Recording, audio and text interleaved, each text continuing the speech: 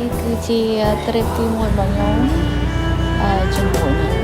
កូនស្រីទី2របស់ខ្ញុំតែពីរនាក់នៅលើទឹកដីសៀមរាបហើយប្រឡំដើមពួកខ្ញុំអត់ដឹងទៅណាក៏នាំគ្នាមកលេងអង្គរហើយក៏ចង់តែងខ្លួនបុរាណថតជុំវិញប្រាសាទ3-4ប្រាសាទចឹងដែរហើយខ្ញុំបានជួលកង់3ហើយខ្សែអាកាសផាត់មុខស្លៀកពាក់តាមរបៀបបុរាណហើយខ្ញុំស្លៀកពាក់ហ្នឹងគឺនៅទៅមុខអង្គរតូចហ្មងគឺមានកន្លែងជួលកៅអៅរៀបចំខ្លួនបុរាណហើយថតរូបបុរាណមានអ្នករៀបចំដឹកកង់3មួយខ្សែទៅថតរូបទៅអីចឹងហើយនេះខ្ញុំជិះចេញពីថតពីកន្លែងមួយទៅកន្លែងមួយក៏ជួលទៅ3-4ភាសានោះតំណងដែរហើយមិនបាច់ចាំមាន personal camera អីទេនេះគាត់មានគ្នាគាត់ទៅចាប់មួយសេតហ្នឹង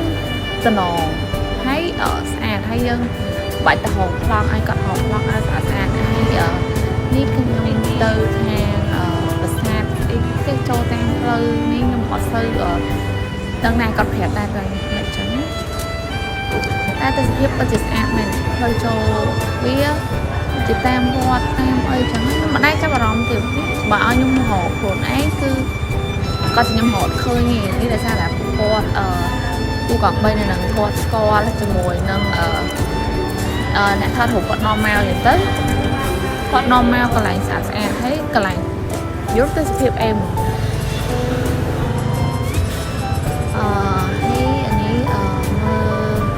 លមិនដឹងថាត្រូវបញ្ចូលសម្លេងមិនទៀតព្រោះថាខ្ញុំមិនបញ្ចូលសម្លេងតែនេះជាទ្រីបទី1របស់ខ្ញុំវាមែនដើរមានរត់ថាដើរពីអ្នកកូនមានរត់ថាស្ងាត់ស្ងាត់ប៉ុន្តែម្យ៉ាងព្រោះដោយសារឲ្យចាំប៉ាប៉ាយូរពេកខាត់ពេលអញ្ចឹងទៅក៏នាំគ្នាដើរលេងចាំប៉ាប៉ាតានេះចេញពីសិក្ខាសាលាទៅជុំគ្នានេះ highlight តិចតួចខ្ញុំឲ្យមើលបន្ទាប់ពីខ្ញុំជួលកាមេរ៉ាមែនតាមផ្លូវក៏ថតដែរក៏ថតស្អាតហើយអេមប្លង់អីចាប់មកស្អាតហើយរូបថតមកអ៊ីឌីតរូបថតនេះខ្ញុំអត់អ៊ីឌីតទេខ្ញុំហើយក៏ថតឲ្យសំជាសោគាត់មកគាត់ថតស្អាតចឹងបងប្អូនមកលេងសៀមអាចស្អាតជាមួយនឹងការតុបតែងរបស់វាបានណាអរគុណ